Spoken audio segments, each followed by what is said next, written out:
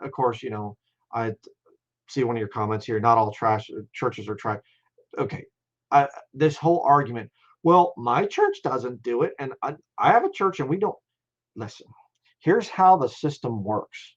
If it's not, first and foremost, if it's not supported by the King James Bible, you have no business doing it. Okay? When it comes to worship and whatever, I know there's no Ford trucks in there or Chevy cars or something. Don't get idiotic here. But when it comes to something like church, it's clearly defined in the King James Bible. There's no question, there's no debate what a church is. It's the people. All right? And you can meet in a home, you can meet in a field, you can meet in the mountains, along the ocean, along a lake, wherever you want to. You say, well, can't we meet in a building and call it a church? No, because then you're changing the definition of what a church is. So number one, you're in disobedience to Scripture if you have a building called a church, plain and simple. And then you have the double life that comes as a result of that.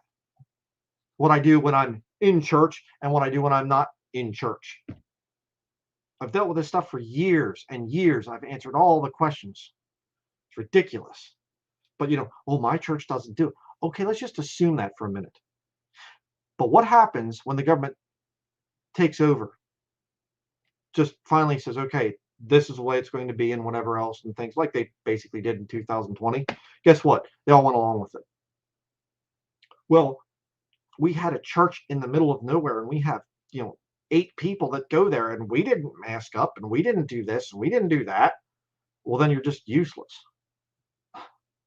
Quite frankly.